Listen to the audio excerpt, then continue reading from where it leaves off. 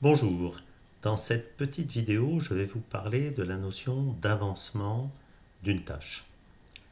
Ici, la tâche T1 dure 10 jours, commence le lundi 7 mai et finit le vendredi 18 mai à 18 heures. On voit sa représentation graphique dans le diagramme de Gantt avec cette barre bleue qui dure la première semaine, puis la deuxième semaine.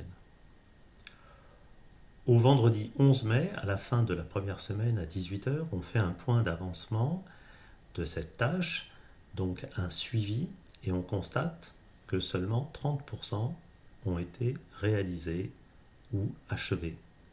Si nous avions fait avancement conforme, évidemment, la valeur était de 50%, aurait été de 50%, puisque à la fin de la première semaine, nous avons travaillé 5 jours sur les 10.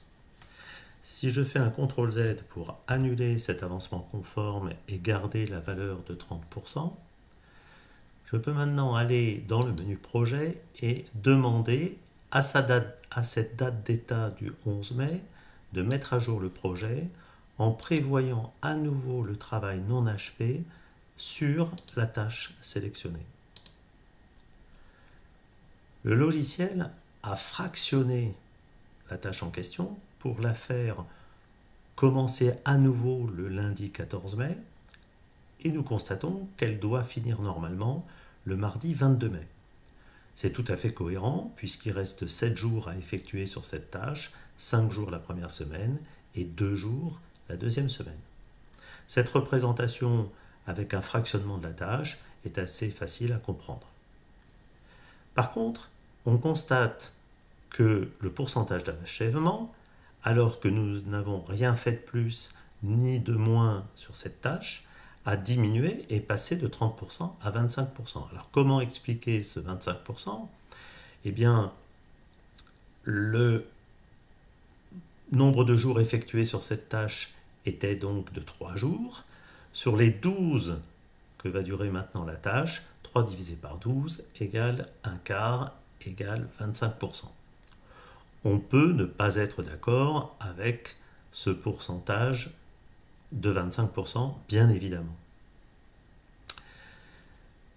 Si je fais un CTRL-Z pour annuler cette mise à jour automatique du projet et que je change dans le menu Options, échéancier, ce fractionnement des tâches en cours de réalisation, donc si je décoche cette case, le fait de mettre à jour le projet en prévoyant à nouveau le travail non achevé sur cette tâche sélectionnée, en empêchant le fractionnement, donne la représentation graphique que nous avons ici.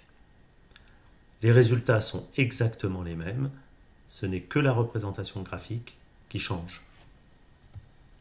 Merci de votre attention.